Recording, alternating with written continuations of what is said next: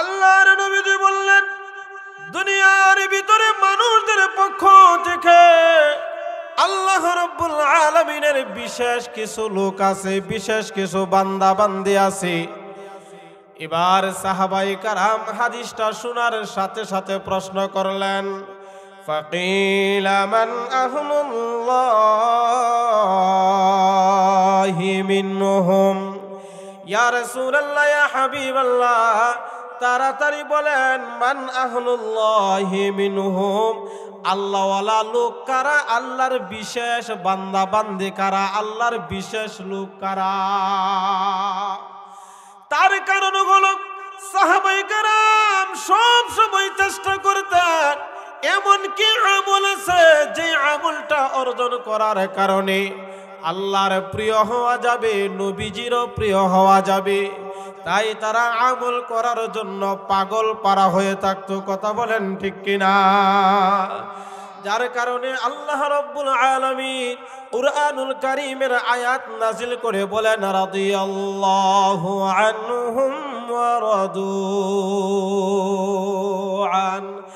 আল্লাহ বলেন, দুনিয়ার এই সাহাবায়ে কেরাম আমি আল্লাহর উপর তারা যেরকম ভাবে সন্তুষ্ট হয়ে গেল, আমি আল্লাহ ও সাহাবীদের উপর সন্তুষ্ট হয়ে গেলাম। তাহলে যুবক ভাইরা, আপনারা আল্লাহর বিশেষ দলের অন্তর্ভুক্ত বিশেষ লোক হতে রাজি আছেন না নাই? নবীজি বললেন, ইন্না লিল্লাহি আহলিনা মিনান নাস। নবীজি এই কথাটা বলার সাথে সাথে সাহাবায়ে কেরাম প্রশ্ন করলেন, ফাকিলা মান আহলুল্লাহি মিনহুম, ওগো আল্লাহর হাবিব, এই লোকগুলি কারা, তাদের কি বৈশিষ্ট্য হবে, তাদের কেমনে চেনা যাবে, কোন গুণটা অর্জন করতে হবে? সাহাবায়ে কেরাম পাগল পাড়া হয়ে গেলেন। এবার আল্লাহর হাবিব বলেন, ক্বালা আহলুল কুরআনি হুম আহলুল্লাহ। চিল্লা বলেন সুবহানাল্লাহ। আল্লাহর নবীজি বলেন, ও আমার সাহাবীরা শুনো, দুনিয়ার বুকে আল্লাহর বিশেষ লোক হলো তারা যারা আহলে কুরআন, তারাই হলো আমার বিশেষ লোক। অর্থাৎ যারা এই কুরআনুল কারীমের আহাল হবে, ধারক বাহক যারা হবে, এই কুরআনুল কারীমটারে যারা গ্রহণ করবে, আল্লাহর হাবিব বলেন, নারী হোক আর পুরুষ হোক, তারাই হবে আল্লাহর বিশেষ বান্দা আর বান্দি। তাই এই হাদিসের সাথে মিল রাখিয়া সূরা ফাতিরের 29 নম্বর আয়াতে কারিমা তেলাওয়াত করলাম। আল্লাহ রাব্বুল আলামিন এই আয়াতের ভিতরে তিনটা ব্যবসার কথা বলেছেন। কুরআনের ভিতরে আল্লাহ ব্যবসা শিখায়, আল্লাহ কেমনে ব্যবসা করতে হবে মানুষ, যে ব্যবসার মধ্যে লস হবে না, এমন ব্যবসা আমরা করতে রাজি আছি না নাই? কথা কয় না, আছে না নাই? আরে ভাই, মন গড়া কোনো কথা হবে না। কুরআনুল কারীমটা সামনে নিয়ে, হাতের মধ্যে নিয়ে বলতেছি, স্বয়ং আল্লাহ বলেছেন তিনটা ব্যবসা আছে যার কোনো পুঁজির দরকার লাগবে না, সহজে পুঁজির দরকার লাগবে না। পুঁজিটা আমি দিয়া যাব। ও পর্দার অন্তরালের মা বোনেরা, যুবক ভাইয়েরা, বৃদ্ধ বাবারা, শুধুমাত্র শুনবেন, আমি পুঁজি দিয়া যাব আপনাদেরকে, আপনারা শুধু ব্যবসা করবেন। আর যদি ব্যবসা করতে পারেন, আল্লাহর হাবিব মুহাম্মদ সাল্লাল্লাহু আলাইহি ওয়াসাল্লাম এবং স্বয়ং আল্লাহ বলেন, এর যে বিনিময়টা দেওয়া হবে, তার পরিপূর্ণ ব্যবসার বিনিময় লাভের অংশটা দেওয়া হবে, আরো ডাবল করিয়া দেওয়া হবে। সর্বশেষ আল্লাহ তাআলা বলেন, আমি আমার এই বান্দাদের গুনাহগুলি মাফ করিয়া দেব। অর্থাৎ আমাদেরকে তিনটা ব্যবসা শেখায়। তিনটা ব্যবসা অতি সহজ। এক নাম্বার ব্যবসা, আল্লাহ রাব্বুল আলামিন বলেন, ইন্নাল্লাযীনা ইয়াতলুনা কিতাব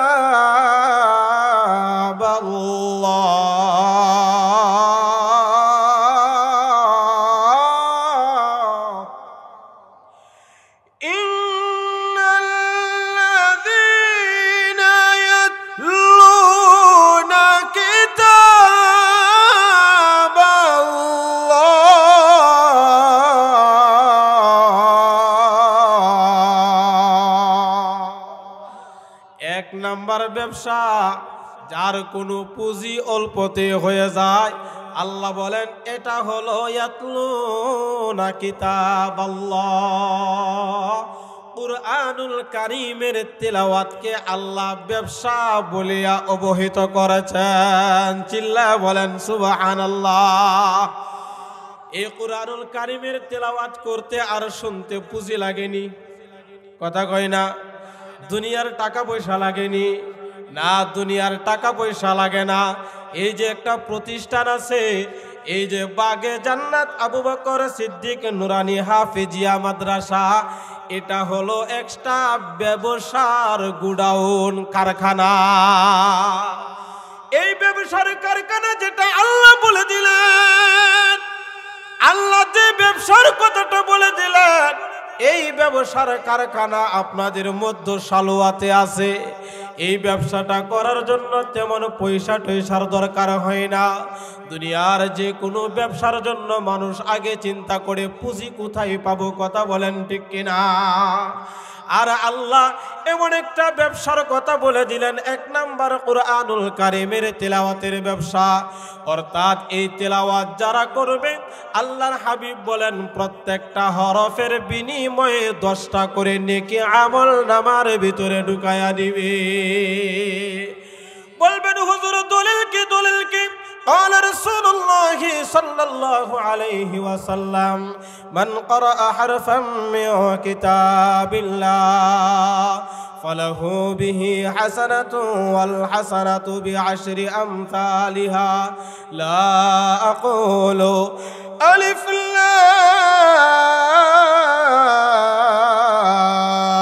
لام ميم بل ألف حرف ولام حرف وميم حرف। আল্লাহর হাবিব বলেন দুনিয়ার মানুষ এই কালামুল্লাহ শরীফ থেকে একটা হরফ যখন তেলাওয়াত করা হয়, একটা হরফের বিনিময়ে একটা নেকি দেওয়া হয়। আর আল্লাহ দয়া করিয়া মায়া করিয়া একটা নেকিরে আরো 9টা বাড়াইয়া 10টা সওয়াবে পরিণত করিয়া যেই ব্যক্তি তেলাওয়াত করলো তার আমলনামার ভিতরে ঢুকাইয়া দেওয়া হয়। ও দোস্ত, ব্যবসাটা কঠিন না সহজ? কথা কয় না সহজ না কঠিন? ব্যবসাটা অতি সহজ, অতি সহজ, কিন্তু আমরা এই ব্যবসা করতে চাই না। এই ব্যবসা যদি কোনো মানুষ দুনিয়াতে করে, তাহলে এই মানুষটা দুনিয়াতেও লাভবান হয়ে যায়। এই ব্যবসা যদি কোনো মানুষ দুনিয়ার বুকে করে, এই মানুষটা কবরের জিন্দেগিতে লাভবান হয়ে যায়। এই ব্যবসা যখন মানুষ দুনিয়ার বুকে করে, এই ব্যবসার কারণে হাসরের ময়দানেও তারা লাভবান হয়ে যায়। এই ব্যবসা যারা দুনিয়ার বুকে করে, এই ব্যবসার বিনিময়ে জান্নাতুল ফেরদাউস পাওয়া যায়। তাহলে এই ব্যবসা করতে রাজি আসেনি? নারায়ে তাকবীর, নারায়ে তাকবীর। আমার ভাই, এই ব্যবসাটা হলো এমন একটা ব্যবসা, আমরা যদি এই ব্যবসা না করি আমরা কেউ এটা বুঝবো না। এই জন্য আমার পর্দার অন্তরালের মা বোনেরা, আমরা যারা আছি কুরআনুল কারীম পড়তে পারি না, সহিহ শুদ্ধভাবে কুরআনুল কারীম পড়া আমাদের উপর হলো ফরজ। আর এই ফরজের কারখানা দিয়ে দিলেন বাগে জান্নাত মধ্য সালোয়া এই মাদ্রাসা। শুনলাম এই মাদ্রাসার যিনি পরিচালক আছেন, উনি নাকি প্রতি মাসে মাসে 50,000 টাকা মাদ্রাসায় দেয়। মাদ্রাসার জায়গাও দিল, মাদ্রাসার সব কিছু করলো। মেরাজ খা সাহেব সিঙ্গাপুর বিদেশের বাড়িতে থাকে, কথা কন ঠিক কিনা? সব কিছু দেয়। অদুস্থ যত প্রকারের সার আছে সমস্ত সার দিয়া সুযোগ সুবিধাগুলি দেয়, যেন এলাকার মানুষগুলি কুরআনের ব্যবসাটা করতে পারে। উনি সিঙ্গাপুর যাইয়া ব্যবসা করে, আর উনি সিঙ্গাপুর থেকে দুনিয়া কামাই করিয়া ওই টাকা দিয়া চাই এলাকার মানুষগুলি যেন তারা আখিরাত কামাই করতে পারে। তাহলে দোস্ত উনি জান দিয়া মাল দিয়া ব্যবসা করে, আর আমরা যদি এই সুযোগটাকে হাতছাড়া করে, এর চাইতে বড় হতভাগা আর কেউ হইতে পারে না। কথা বলেন ঠিক কিনা? তার কারণ হলো দোস্ত এই কুরআনুল কারীম শুধুমাত্র যিনি পড়বে তার জন্যই ব্যবসা হবে না। আল্লাহর হাবিব মুহাম্মদ সাল্লাল্লাহু আলাইহি ওয়াসাল্লাম বলেন, যে মানুষটা এই কুরআনুল কারীমটা পড়বে তার হালালকে হালাল জানবে, হারামকে হারাম জানিয়া যখন আমলগুলি করতে থাকবে, এমন হবে আদখালাহুল্লাহু বিহিল জান্নাহ, ওই ব্যক্তিটা তো জান্নাতের ভিতরে প্রবেশ করবে, এমন কি তার সাথে আরো 10 জন মানুষকে শাফায়াত করিয়া সুপারিশ করিয়া আত্মীয় স্বজন যারা আছে তাদেরকে জান্নাতের ভিতরে ঢুকায়া নিয়ে যাবে। وشفعه في 10 من أهل بيته كلهم قد وجبت له النار। এমন 10 জন লোকের নিবে, ধরেন আমার সন্তানটা কোরআনের হাফেজ হইল, আমার মেয়েটা কোরআনের হাফেজ হইল। আল্লাহর হাবিব বলেন আমার মেয়ে তো জান্নাতের ভিতরে যাবে, কিন্তু সাথে সাথে যদি মা আর বাবা, ভাই অথবা বোন, দাদা এবং দাদি, নানা এবং নানি, ও দোস্ত ভাই ব্রাদার যারা নিকটতম আছে, এই মানুষগুলি অল্প সওয়াবের জন্য তারা আটকা পড়ে গেছে, অল্প সওয়াবের জন্য তাদেরকে জাহান্নামের ভিতরে ঢুকতে হবে। আল্লাহর হাবিব বলেন দুনিয়ার মানুষ, তোমাদের একটা ছেলে অথবা মেয়েকে যদি কোরআনের হাফেজ বানাইতে পারো, এই কোরআনের তেলাওয়াতের ব্যবসাটা যদি শিখাইতে পারো, তাহলে শুধুমাত্র দুনিয়ার লাভ না, এই সন্তানগুলি তোমাদেরকে শাফায়াত করিয়া 10 জন মানুষকে জান্নাতের ভিতরে নিয়ে যাবে। লাভ না লস? কথা কয় না লাভ না লস? এই জন্য বলবেন হুজুর আমাদের তো এখন সময় নাই, যুবক ভাইরা বলবেন আমাদের এখন সময় নাই, কাজের মধ্যে লাইগা গেছি। ও দোস্ত ছোট ভাই আছে, ছোট বোন আছে, অথবা ভাতিজা আছে, নাতি নৎকর আছে, কথা বলেন আছে না নাই? তাহলে আপনার টাকার দ্বারা যখন আপনার ভাই অথবা বোনকে কোরআনের হাফেজ বানাইবেন, মাওলানা বানাইবেন, মুফতি বানাইবেন, ওই লোকগুলি হাসরের ময়দানে আপনাদেরকে সুপারিশ করিয়া করিয়া জান্নাতের ভিতরে নিয়ে যাবে। নারে তাকবীর! এই ব্যবসা করতে রাজি আছেননি? কে কে রাজি আছেন? কে কে রাজি আছেন? আল্লাহ এই হাতগুলিকে আপনি কবুল করেন, সবাই বলেন আমিন। পর্দার অন্তরালের মা বোনেরা আপনারা নিয়ত করেন যে এই কুরআনুল কারীমের ব্যবসা আমরা করব। অনেকে বলবেন মা আর বাবার জন্য আরো কোনো কিছু আছে কিনা কোরআনের হাফেজের মা বাবার জন্য? আল্লাহর হাবিব বলেন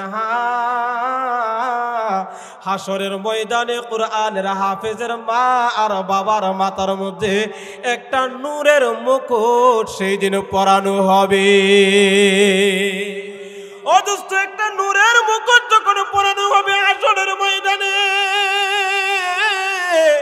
এই মধ্য সালোয়ার আরো কত বড় বড় ধনী লোক আছে, পয়সাওয়ালা লোক আছে না নাই?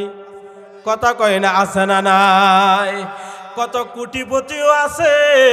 ও দোস্ত সন্তানদেরকে বাংলাদেশের পড়ালেখা শেষ করাইয়া বিদেশের বাড়িতে পাঠাইয়া দেয়, বিদেশে যাইয়া উচ্চ শিক্ষায় শিক্ষিত হইয়া আসে। কথা বলেন এরকম মানুষ সমাজের ভিতরে আছে না নাই? ওই মানুষগুলি হাসরের ময়দানে যখন মাথার উপরে সূর্যটা এসে যাবে,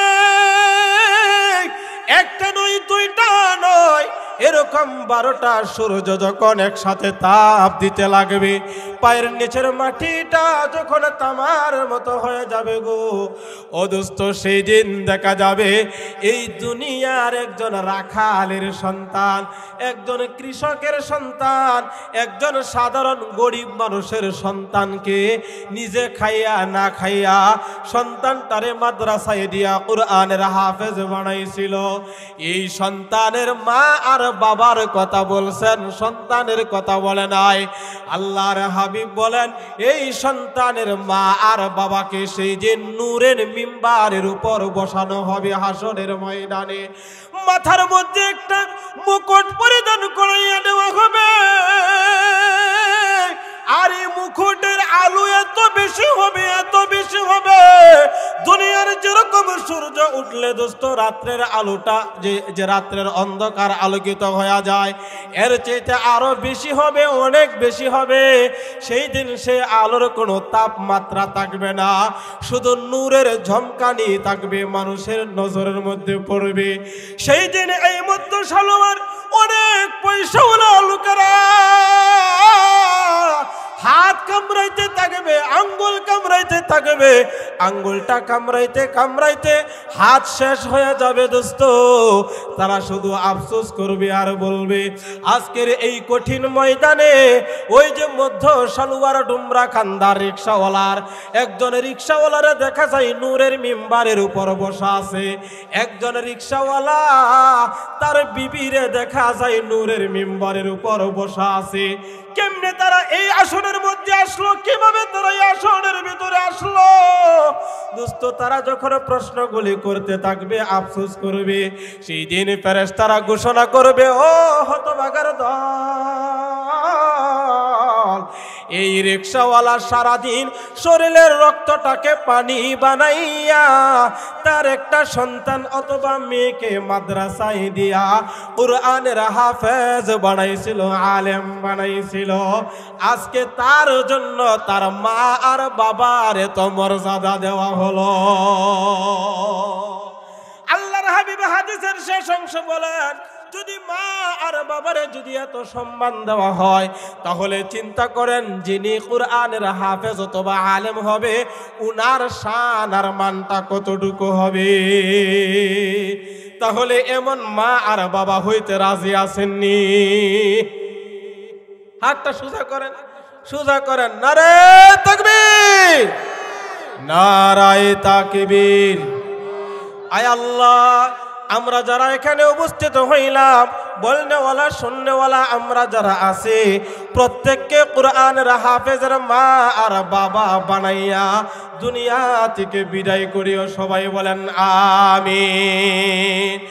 এই কুরআনের তিলাওয়াত আল্লাহর হাবিব মুহাম্মদুর রাসূলুল্লাহ সাল্লাল্লাহু আলাইহি ওয়াসাল্লাম বলেন এই কুরআনের তিলাওয়াত শুধুমাত্র দুনিয়া আর কবর না, শুধুমাত্র পরকালে সম্মান পাওয়া যাবে এটা নয়, এই কুরআন দ্বারা দুনিয়ার জিন্দেগিটাকে সুন্দর করার একমাত্র মাধ্যম হইল কুরআন। আর এই কুরআনকে বুঝার জন্য মাধ্যমটা হইল আখিরে জামানার পয়গম্বর মুহাম্মদুর রাসূলুল্লাহ সাল্লাল্লাহু আলাইহি ওয়াসাল্লাম। অর্থাৎ কোনো একটা সংসারকে যদি সুন্দর শান্তির সংসার বানাইতে হয়, তাহলে দোস্ত কুরআনের কোনো বিকল্প নাই। কথা বলেন ঠিক কিনা? সমাধান চাও যদি জীবনে মরণে, ফিরে যাও খোঁজে নাও চোখ রাখো কুরআনে। সমাধান চাও যদি জীবনে মরণে, ফিরে যাও খুঁজে নাও চোখ রাখো কুরআনে। তবেই পাবে সুখ শান্তির ঠিকানা, তবেই পাবে সুখ শান্তির ঠিকানা, যদি মেনে নাও তুমি মনে প্রাণে। সমাধান সমাধান চাও যদি জীবনে মরণে, ফিরে যাও খোঁজে নাও চোখ রাখো কুরআনে। কথা বলেন ঠিক কিনা? ঘরেই বলো কি বারাষ্টে বলো, ঘরেই বলো কি বারাষ্টে বলো, অশান্তি দূর করে শান্তি আনে সমাধান। সমাধান চাও যদি জীবনে মরণে, ফিরে যাও খুঁজে নাও চোখ রাখো কুরআনে। সমাধান চিল্লা বলেন ঠিক কিনা? তাহলে কুরআনের দ্বারা শুধুমাত্র দুনিয়া নয়, দুনিয়াও কামাই হবে, মরণের সময়টা কাজে লাগবে, এটা আবার কবরের জগতেও কাজে লাগবে।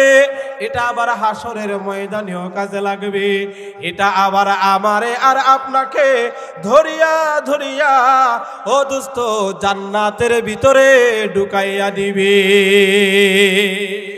আল্লাহর হাবিব মুহাম্মদ সাল্লাল্লাহু আলাইহি ওয়াসাল্লাম বলেন, ক্বালা সিয়ামু ওয়াল কুরআনু ইয়াশফাআন লিল আবদি ইয়াউমাল কিয়ামা। আল্লাহর হাবিব বলেন, এই যে কুরআন আর হলো রোজা, এই দুইটা জিনিস নিজে শাফায়াত করিয়া করিয়া দোস্ত জান্নাতের ভিতরে ঢুকাইয়া দিবে। তাহলে এই কুরআন তেলাওয়াতের দ্বারা লাভ না লস? সবাই বলেন লাভ না লস? শুধু লাভ আর লাভ। ও দোস্ত, তাহলে একটা ব্যবসা হলো, আল্লাহ বলেন যেই ব্যবসার মধ্যে লস হবে না, লাং তাবুর, যার ভিতরে লস নাই, কোনো প্রকারের লস হবে না, এর এক নাম্বার ব্যবসা হলো ইয়াতলুনা কিতাবাল্লাহ, কুরআনুল কারীমের তিলাওয়াত করতে রাজি আছেন ইনশাআল্লাহ? এই ব্যবসাটা করতে রাজি আছেন ইনশাআল্লাহ?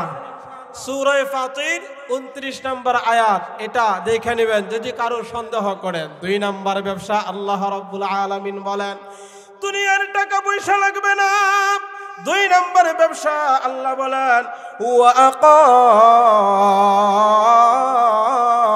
সালাহ, নামাজ কায়েম করা। এখানে আমরা যারা আছি জিজ্ঞাসা করলে হিসাব নিলে দেখা যাবে আজকে এশারের নামাজ অধিকাংশ পড়ি নাই। কথা কয় না? হ্যাঁ, অধিকাংশ এশারের নামাজটা পড়তে পারি নাই, এরকম আছে না নাই? না গো, অধিকাংশ নামাজ পড়ছেন, অল্প কিছু মনে হয় পড়েন নাই, কারণ সবার মাথায় টুপি আছে।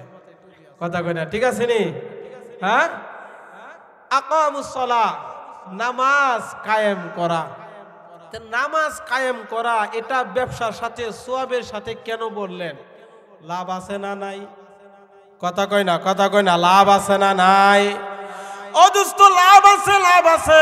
আপনাদের দায়িত্ব হলো আমার কাছ থেকে বুঝিয়ে নেওয়া এই বিষয়টা, আর আমার দায়িত্ব হলো আপনাদেরকে বুঝাইয়া দেওয়া। কথা বলেন ঠিক কিনা?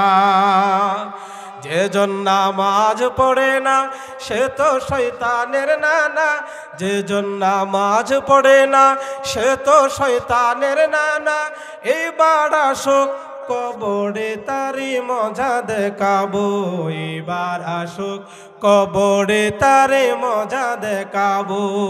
কবর ডাক দিয়া বলে নামাজ পড়ো না, নামাজ আদায় করো না, কবরের ভিতরে আসো, এরপরে বুঝবা নামাজ আদায় না করার কি পরিণাম। কথা বলেন ঠিক কিনা? এই জন্য আল্লাহ রাব্বুল আলামিন 2 নম্বর বলেন ওয়া আকামুস সালাহ। ও দুনিয়ার মানুষ, 3টা ব্যবসা আমি তোমাদেরকে শিখাইলাম, যেই ব্যবসার ভিতরে কোনো লস হবে না, কোনো লস হবে না। এর ভিতরে 2 নাম্বার ব্যবসা হলো নামাজ কায়েম করা। তাহলে নামাজের দ্বারা কি হয়? নামাজের দ্বারা কেমনে লাভবান হব? ও দোস্ত, নামাজ না পড়লে সে হলো দুনিয়ার একজন ছোটখাটো মোটামুটি শয়তান। কথা বলে আরে দলিল তো আমি দিব, আপনারা রাগ করেন না। আপনারা দলিল চাইবেন, যারা নামাজ পড়ে না মোটামুটি একটা দুনিয়ার ছোট শয়তান। কথা বলেন ঠিক কিনা? অর্থাৎ শয়তানের আপন খালাতো ভাইও বলতে পারেন, তাতেও এটা গুনাহ হবে না, তাতে এটা বিপরীত হবে না। তার কারণ কেন? তার কারণ কেন? ও দোস্ত বলুন তো, ইবলিস শয়তান আল্লাহ রাব্বুল আলামিন যখন আদমরে বানাইলেন, আদমরে বানানোর পর আল্লাহ বললেন তারে সেজদা করো। কথা বলেন ঠিক কিনা? বলবেন হুজুর খালি ঠিক ঠিক ঠিক কি? দলিল কি? সূরা আ'রাফ আল্লাহ বলেন ওয়ালাকাদ খালাকনাকুম সুম্মা সাওয়ারনাকুম সুম্মা কুলনা লিল মালাইকা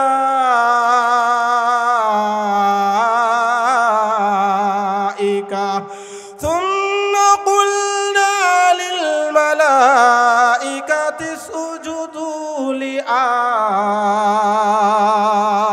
আদম ফাসাজাদু ইল্লা ইবলিস। আল্লাহ যখন আদমরে বানাইয়া আল্লাহ হুকুম করলেন সবাই আদমরে সিজদা করো, সবাই আদমরে সিজদা করো, সবাই সিজদা করলো, একমাত্র সিজদা করলো না ইবলিস। ইবলিস এর আগে ছিল ফেরেশতাদের লিডার, সবচেয়ে বড় ভালো মানুষ, কথা বলেন ঠিক কিনা? সিজদা করলো না। আল্লাহ জিজ্ঞাসা করে ক্বালা মা মানাআকা আল্লা তাসজুদা ইযা আমারতুক, কেন সিজদা করলি না, তার কারণটা কি? এবার ইবলিস ডাক দিয়া বলে খালাকতানি মিন নার ওয়া খালাকতাহু মিন তিন। ও আল্লাহ, আমারে বানাইছো আগুন দিয়া, আর এই আদমরে বানাইছো মাটি দিয়া, কাদা মাটি দিয়া, সুতরাং আমি আগুন হইয়া তার কাছে কেমনে মাথা নত করি? আল্লাহর কাছে যুক্তি পেশ করলো ইবলিস শয়তান। আল্লাহ বলেন হুকুম করেছেন সিজদা করার জন্য, আর ইবলিস শয়তান যুক্তি পেশ করলো। বলুন তো, যুক্তি সব জায়গায় চলে না, কথা বলেন ঠিক কিনা? সব জায়গায় যুক্তি চলে না। তাই সিজদার হুকুম ছিল কয়টা? কথা কয় না। সিজদার হুকুম ছিল কয়টা? সবাই বলেন কয়টা? একটা। একটা সিজদা না করার কারণে লানতের মালা নিল ইবলিস, গলার ভিতরে শয়তান সাইজা গেল। একটা সিজদার হুকুম। আর আল্লাহ আমারে আপনাদেরকে, এই পৃথিবীর মুসলমানদেরকে দৈনন্দিন ফরজ নামাজের জন্য 5 ওয়াক্ত ফরজ নামাজ হলো 17 রাকাত, কথা বলেন ঠিক কিনা? এই 17 রাকাতের ভিতরে প্রত্যেকটা রাকাতের ভিতরে এক রাকাতের ভিতরে 2টা করে সিজদা দিতে হয়। বলেন কয়টা সিজদা? সবাই কয় না কয়টা? আমার কথা বুঝেন? একটু উত্তর দিবেন তো। সিজদা কয়টা? এক রাকাতে সিজদা হলো 2টা। তাহলে 17 রাকাত শুধু ফরজ নামাজ। 17 দুগুণে কত হয়? সবাই কয় না? 17 দুগুণে 34। 17 দুগুণে 34টা সিজদা। এবার একটু হিসাব করেন। আল্লাহ বলছিল একটা সিজদা করার জন্য, ইবলিস কি একটা সিজদা করে নাই? তাই লানতের মালাটা গলায় দিন প্রতিদিন যারা 5 ওয়াক্ত নামাজটা আদায় করি না, আমরা 34টা সিজদার হুকুমকে অমান্য করি, তাহলে আমরা কত বড় শয়তান হইতে পারি? কথাটা বুঝাইতে পারছি আমি? কথা কই না? কথাটা আমি বুঝাইতে পারলাম? তাহলে এবার বুঝেন, অপরদের অন্তরালের মা, অনেকের ঘরের ভিতরে অশান্তির আগুন জ্বলে, আছে না নাই? যুবক ভাই বিয়া করছে 3 মাস 6 মাস 1 বছর হইল, এখন আর বনাবনি হয় না, কথা কন, এরকম রুগী আছে না নাই? স্বামীর কথা স্ত্রী শুনে না, স্ত্রীর কথা স্বামী শুনে না, সন্তানরা কথা শুনে না। শুনবে কেমনে? শয়তানের কাজ হলো উল্টা চলা, কথা বলেন ঠিক কিনা? শয়তান হলো মানুষের শত্রু। আল্লাহ বলেন ইন্নাহু লাকুম আদুউম মুবিন। শয়তান হলো মানুষের প্রকাশ্য এবং গোপন সর্বদিক দিয়া 1 নাম্বার শত্রু হলো শয়তান, কথা বলেন ঠিক কিনা? তাহলে এই শয়তানের কাজ যখন আমরা আমাদের ঘরের ভিতরে চালাই, শয়তানের হুকুম যখন আমরা ঘরের ভিতরে পালন করি, ও দোস্ত, তখন এই ঘরের ভিতরে শান্তি আসবে কোত্থেকে? কথা কয় না? কথাটা বুঝাইতে পারছি? তাহলে ঘরের ভিতরে শয়তান আসেনি, কথা কয় না? আসেনি। কেউ আছে বাবা শয়তান, কেউ আছে ছেলে শয়তান, কেউ আছে মেয়ে শয়তান, কেউ আছে স্ত্রী শয়তান, কথা বলেন ঠিক কিনা? কষ্ট নিতেছেন? তাহলে হুজুর আমাদেরকে শয়তান না, কথাটা বলতেছি এই জন্য মনের মধ্যে একটু লাগান। এই কারণে একটু স্ত্রী শয়তান আর বাবা শয়তান বলতেছে। অর্থাৎ যার বাবা নামাজ পড়ে না, কথা কয় না, শয়তানের ভাই, শয়তানের কি ভাই। তাহলে এই বাবার কাছ থেকে ভালো জিনিস কি আশা করবেন? ভালোটা করবেন, তখন দেখবেন বাবা এখানে উল্টা টেনবে, কথা কয় না। ঘরের ভিতরে বিবি নামাজ পড়ে না, বিবির কাছে ভালো একটা কাজ করতে যাবেন, দেখবেন বিবি কইব না এটা এমনি হইতো না, এটা এমনি করলে ভালো হইব, এই যে মনোমালিন্য শুরু হয়ে যাবে, কথা কয় না।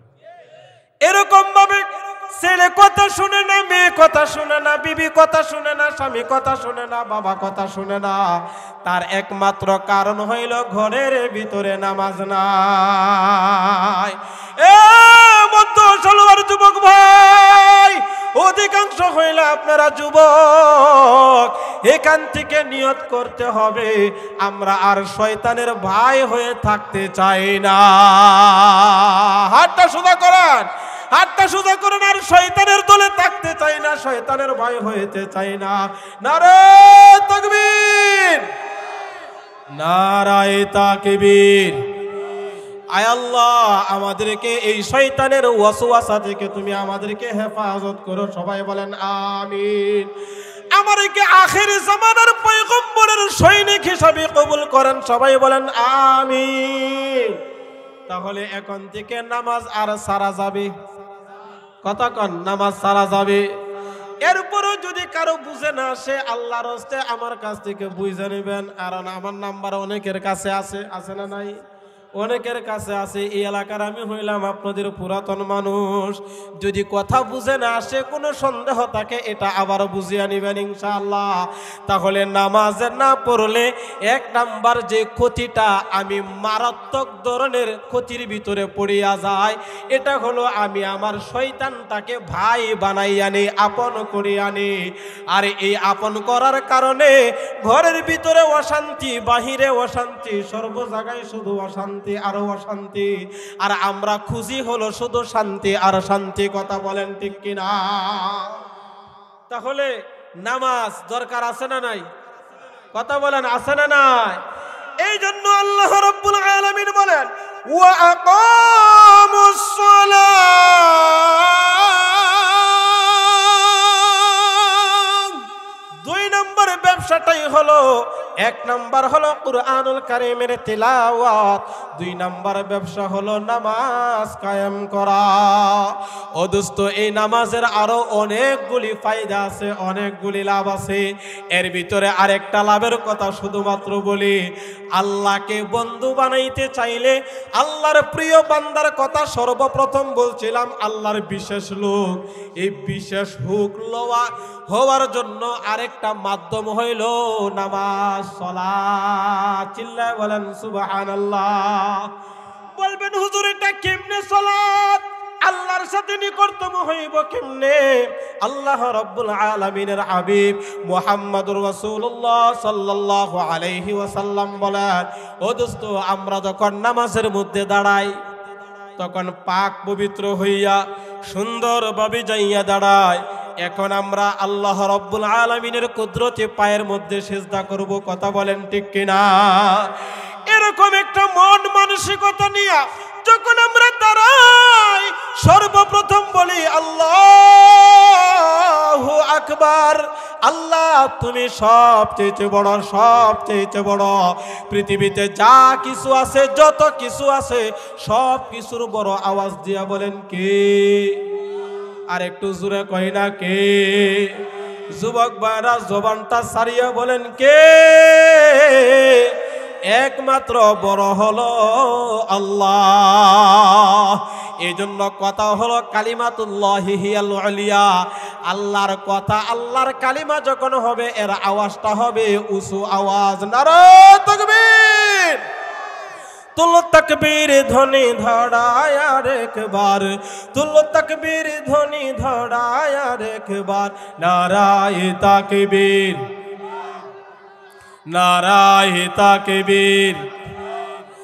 যে আওয়াজ শুনে ওরে মুসলমান,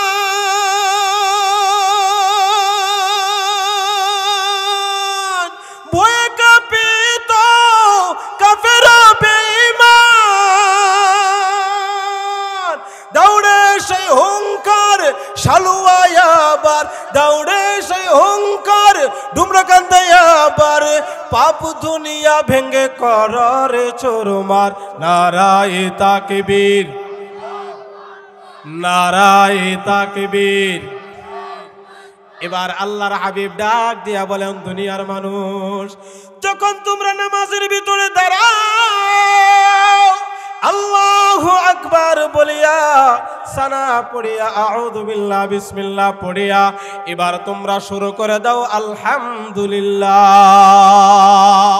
বান্দা যখন বলে আলহামদু, আল্লাহ বলেন মানিল হামদ, কার প্রশংসা করো? বান্দা আবার সাথে সাথে আল্লাহ বান্দার কথার উত্তর দিতে থাকে। চিল্লায় কর না সুবহানাল্লাহ। আমরা তো এটা শুনি না, আমরা এটা শুনি না। তখন বান্দা বলে মানিল্লাহ, আমি প্রশংসা করি একমাত্র আল্লাহ। আবার আল্লাহ বলেন মানিল্লাহ, আল্লাহ আবার কে? এবার বান্দা বলে রব্বিল আলামিন।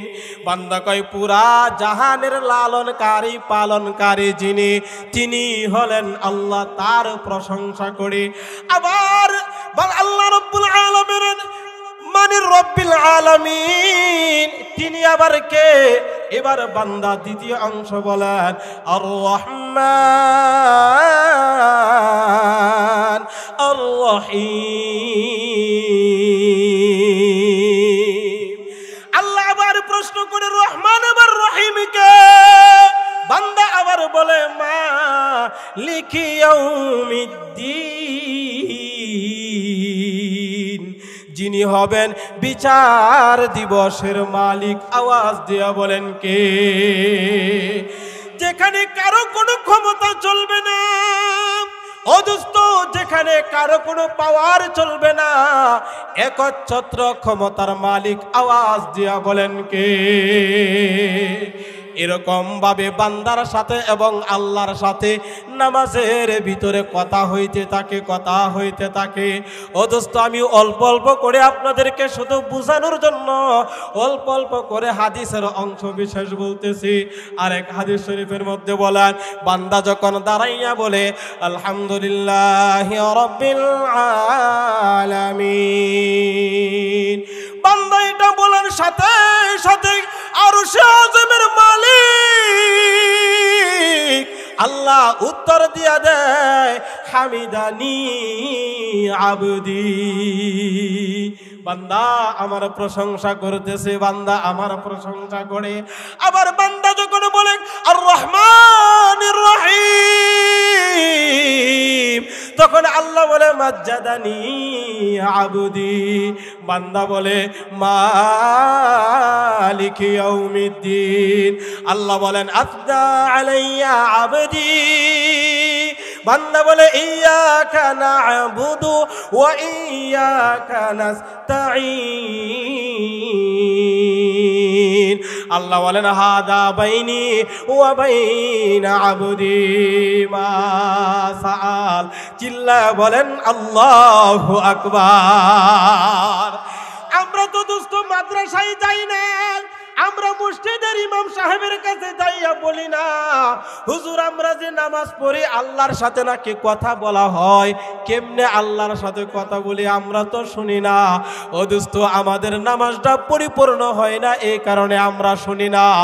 আরো হইলেও ও দোস্ত, আমরা না শুনলেও প্রত্যেকটা আয়াতের শেষে শেষে আল্লাহ এরকম বান্দার উত্তরগুলি দিতে থাকে।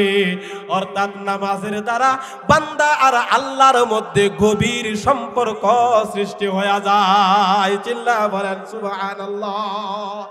এই জন্য আল্লাহকে যদি কেউ পাইতে চায়, আল্লাহর ওলি যদি কেহ হইতে চায়, আল্লাহর বিশেষ লোক যদি কেহ হইতে চায়, ও দোস্ত নামাজ ছাড়া কোনো উপায় নাই। কথা বলেন ঠিক কিনা? নামাজ না পড়িয়া লাল সালু পড়িয়া ল্যাংটার বক্ত হইয়া ল্যাংটা হইয়া মাঝারে মাঝারে ঘুরিয়া বেনামাজি হইয়া পীর দাবি করবে সে হলো বাটপার। নামাজ ছাড়া কোনো ওলি হইতে পারে না। নামাজ ছাড়া যে মানুষটা আল্লাহর ওলি দাবি করবে সে হলো টাটকা একটা বাটপার মৃত্যু। কথা বলেন ঠিক কিনা? কারণ আমাদের জানা মতে আজ পর্যন্ত আপনারা বলেন ল্যাংটা পাগল, অমুক পাগল, ল্যাংটার মুরিদ, অমুকের মুরিদ, যদি এটা এত সম্মানিত হইতো আদম থেকে নিয়ে আমাদের নবী পর্যন্ত কোনো না কোনো নবী ল্যাংটা হয়ে থাকতো? কথা কয় না, কথা কন না কে? এটা যদি ল্যাংটা হয়ে যদি ওলি হওয়া যাইতো তাহলে তো নবীরা সবচেয়ে আগে হইতো ল্যাংটা, নাউজুবিল্লাহ। কিন্তু কোন নবীর জীবনে এমনটা নাই যে তারা উলঙ্গ হইছে। সুবহানাল্লাহ কইতেন না? তাহলে আমরা সম্পূর্ণ উল্টা যাইয়া শয়তানের বন্ধু হইয়া মানুষদের কাছে ধোঁকা দিয়া আমরা টাকা আর পেটের জন্য ব্যবসা চালাই। কথা বলেন ঠিক কিনা? ওরেও ভাই ভণ্ড যতই করো কাণ্ড, ওরেও ভাই ভণ্ড যতই করো কাণ্ড, ধরা খাইবে তুমি কবরে গিয়া, ধরা খাইবে তুমি কবরে গিয়া, কি জবাব দিবে তুমি হাসরে দাঁড়াইয়া, কি জবাব দিবে তুমি হাসরে দাঁড়াইয়া। কথা বলেন ঠিক কিনা? কবর এখান বানাইয়া মাথায় জটা বান্ধিয়া, কবর এখান বানাইয়া মাথায় জটা বান্ধিয়া, ভণ্ডামি করো তুমি কত রঙ্গ ধরিয়া, ভণ্ডামি করো তুমি কত রঙ্গ ধরিয়া, কি জবাব দিবে তুমি হাসরে দাঁড়াইয়া, কি জবাব দিবে তুমি হাসরে দাঁড়াইয়া। চিল্লা বলেন ঠিক কিনা? মুরিদের কাছ থেকে টাকা করে নিয়া বড় বড় গরু কিনে আনে টাকা দিয়া। কথা কয় না? কিনে কি কিনে না? ও দোস্ত, এইগুলি স্বচক্ষে যেগুলি দেখেছি ওইগুলি দেখিয়া দেখিয়া আগে ওই রকম গজলগুলি আমরা বানাইতাম আর লিখতাম। এটা দেখেছি মুরিদরা 10 জন 15 জনে মিলিয়ে একটা গরু নিয়ে যায়, বাবার নামে আছে না নাই? মহিষ নিয়ে যায়, খাসি নিয়ে যায়, বিভিন্ন জিনিস, সবচেয়ে বেশি যায় মহিলারা। ও পর্দার অন্তরালের মা বোনেরা মনোযোগ দিয়া শুনেন, যেই পীরে নামাজ পড়ে না, যেই পীরে পর্দার বিধান মানে না, সে কোনো পীর হইতে পারে না, উস্তাদ হইতে পারে না, সে হবে শয়তানের আসল টাটকা বন্ধু।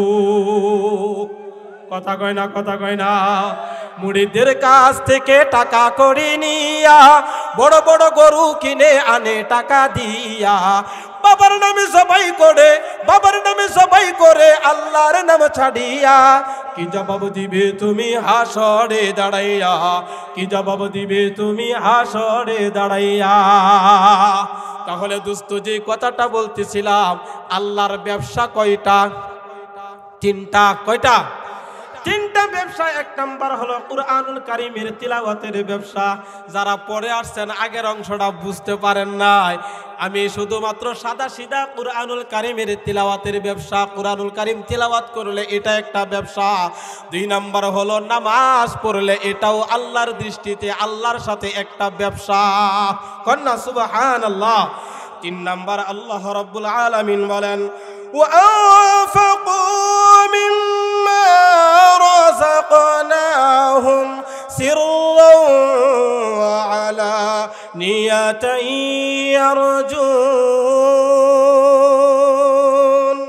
يرجون تجارة لن تبور. سبحان الله. আল্লাহ এই 3টা ব্যবসার ভিতরে 3 নাম্বার বলেন, ওয়া মিম্মা রাযাকনাহুম, আমি আল্লাহ তোমাদেরকে যা দিছি তা থেকে তোমরা ব্যয় করবা দ্বীনের পথে, ধর্মের পথে, ভালো কাজের জন্য, কোরআনের জন্য, নবীর জন্য, আল্লাহর জন্য, এতিম মিসকিনদের জন্য, একমাত্র আল্লাহর সন্তুষ্টির জন্য তোমরা দান করবা। এটা প্রকাশ্যে করবা, সিররা ওয়া আলানিয়াতা, প্রকাশ্যে করবা আবার গোপনেও করবা। যদি এই 3টা আমল তোমরা করতে পারো, লাং তাবুর, আল্লাহ বলেন এই ব্যবসার মধ্যে কোনো লস হবে না। সুবহানাল্লাহ বলেন না? তাহলে 3টা ব্যবসা আমরা করব ইনশাআল্লাহ। কে কে রাজি আছে ইনশাআল্লাহ? নারে তাকবীর। আলোচনা শোনা 1.5 ঘন্টা 2 ঘন্টা 5 ঘন্টা আলোচনা করা মুখ্য উদ্দেশ্য না।